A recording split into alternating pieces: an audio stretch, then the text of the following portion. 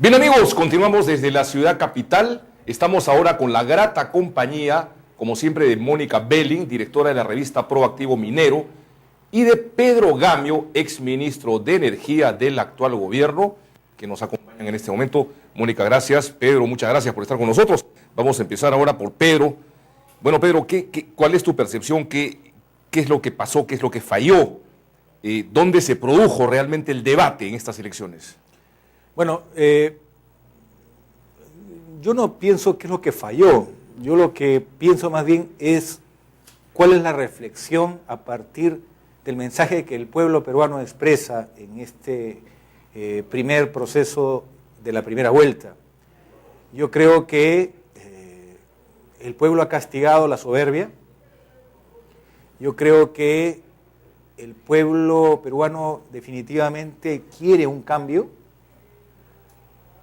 Y ambas fuerzas, en el caso de Ollanta Humala o en el caso de quien pase en el segundo lugar, sea Pedro Pablo Kuczynski o Keiko Fujimori, viene ahora un nuevo capítulo completamente nuevo, diferente, donde aquel que le dé al país mejores condiciones de gobernabilidad, que implique corregir lo que hay que corregir, porque es cierto que hay mucho que corregir, pero que lo bueno no se pierda, que el país consolide un crecimiento inclusivo, creo que esto es lo determinante.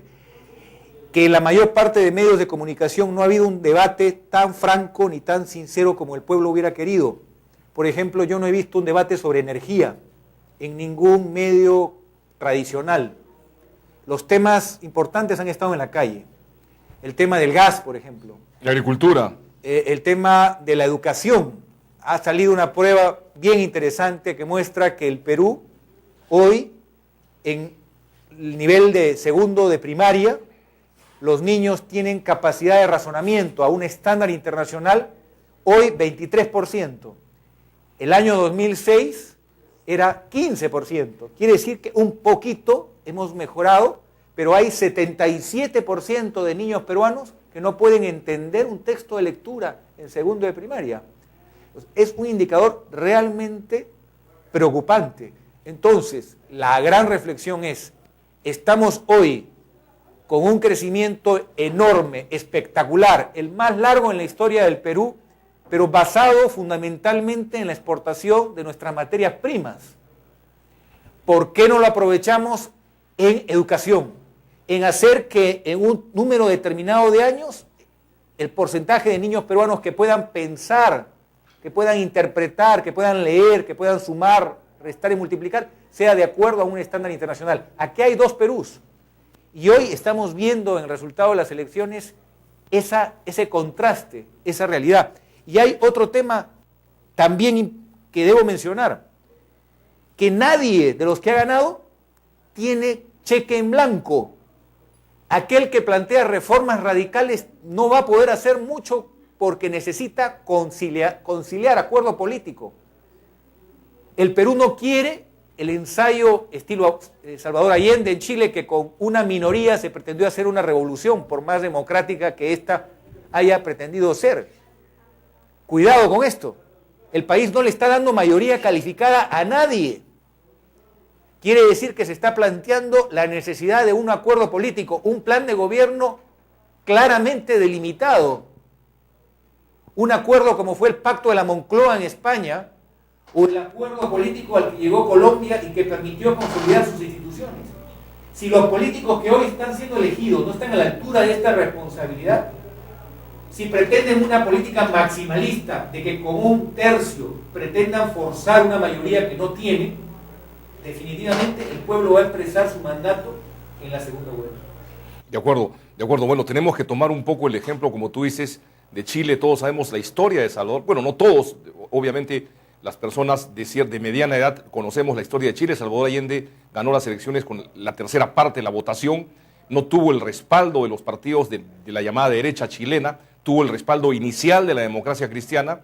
Con ello tuvo una etapa de cierta gobernabilidad, pero después vino un caos institucional espantoso, una crisis económica terrible y vino el golpe de Pinochet. Nosotros estamos en unas excelentes posibilidades de desarrollo como país, y sería muy lamentable que los peruanos, por no tener la capacidad de llegar a un consenso por la gobernabilidad, veamos fracasadas estas expectativas. Mónica Belling, yo quería preguntarte, tú como directora de la revista Proactivo Minero, ¿cómo ves también digamos, el tema de los empresarios grandes de la minería, o sea, y de los empresarios grandes en general? ¿Tú no crees que ha habido también un desconocimiento, una falta de identificación de estos sectores, no todos naturalmente, con los verdaderos problemas del país? Pequeño problema, urge al país. De acuerdo. La educación para los peruanos es una necesidad primordial respecto al tema político, respecto al tema de la seguridad ciudadana, respecto a la delincuencia, respecto a los partidos políticos, porque lo que estamos viendo en este momento ya no son partidos políticos, son agrupaciones políticas y como tales no tienen propuestas claras. Lo que acaba de decir Pedro, no han habido dentro del debate una propuesta clara sobre qué se va a hacer con el tema de la energía, qué se va a hacer con el tema, por ejemplo, de dónde nos vienen los fondos de la minería, cómo vamos a trabajar una minería que pueda convivir con la población, convivir con el agro. Tenemos otro tema, por ejemplo, el tema de nuestros hidrocarburos, o sea, están subvencionados. ¿Cuánto tiempo vamos a poder resistir? El mundo va a reorientarse al petróleo, el petróleo se va a disparar con el tema de Fukushima. ¿Cuánto se ha tratado en estos debates, estos temas de fondo? Nadie lo ha hecho, no se ha comentado ni siquiera en los grandes debates, menos en aquellos entredichos. Y lo que estamos viendo, te ratifico, es que no hay partidos políticos y se va a tener que reordenar todo esto luego de estas elecciones. ¿Qué tanto influyen, Pedro Gamio, digamos, los liderazgos de la dimensión que tuvieron en su momento, por ejemplo, los grandes líderes de partidos históricos como el APRA o Acción Popular? Los liderazgos, me refiero, de gente con formación política, digamos, para poder direccionar y empezar a reflotar una nueva clase política en el Perú. Yo creo que hemos perdido muchísimo, que el único partido político que tenía algún nivel de organización y de institucionalidad afronta una crisis severa, que es el Partido Aprista, el Partido del Pueblo, y hoy hay un mandato evidente: no vamos a poder construir democracia si no construimos partidos políticos donde se respete al militante ciudadano, donde haya procesos transparentes, donde se vuelva a lo que existió en los años 80, donde comenzó la crisis, que se agudizó en los años 90. Hoy ya las elecciones son más un fenómeno de marketing y no hay un desarrollo importante. ¿Qué porcentaje de la población participa de la militancia política? Es mínimo. Y lo que hay son más clubes electorales, compromisos transitorios para llegar a un puesto político, pero no existe la cohesión, no existe un ideario, no existe un compromiso de largo plazo, no hay democracia sin partidos políticos. Pero para eso el Estado tiene que ayudar al desarrollo institucional. Y eso implica reglas, principios y consolidación de instituciones. Pero yo quisiera comentar el tema del gas. Hoy el precio del petróleo está por encima de los $100 el barril. Estamos con los precios de los combustibles por debajo del 20% de su costo real. La caja fiscal no va a aguantar mantener un subsidio con esa tendencia alcista del precio del combustible. 70% de la economía del país depende, la matriz energética depende del petróleo.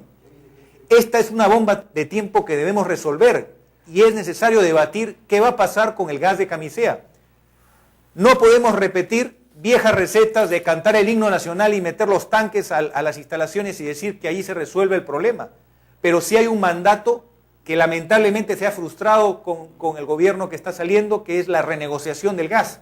No podemos exportar barato e importar caro, porque ningún gobierno, sea de derecha o de izquierda, va a poder mantener la paz social con los precios de los pasajes y toda la cadena de productos y servicios de la canasta familiar que se tengan que multiplicar porque el precio del petróleo está por las nubes y no haya manera de aprovechar nuestro gas porque la mayor parte de nuestro gas está comprometida o por ejemplo, la cuarta parte del gas está comprometido en el caso del lote 88 para la exportación, y encima tenemos un problema de demora en la ampliación del sistema de transporte.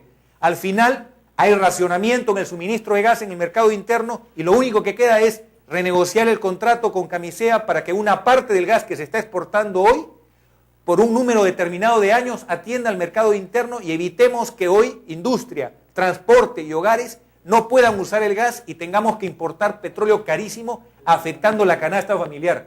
Y este es un tema crítico. El Estado no va a poder seguir subsidiando.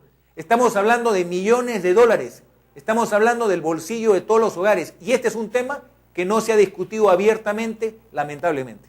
Efectivamente es un tema que se soslayó totalmente durante la campaña electoral. Pedro Gamio, muchísimas gracias. Mónica Belling, muchísimas gracias. Yo quiero decirte, Pedro, además que con relación al tema del gas, en 3 minutos estará con nosotros también el doctor Aurelio Ochoa Lencastre, que me dice que ya está en los sets de hora 8. Muchas gracias. Vamos a unos cortes y regresamos.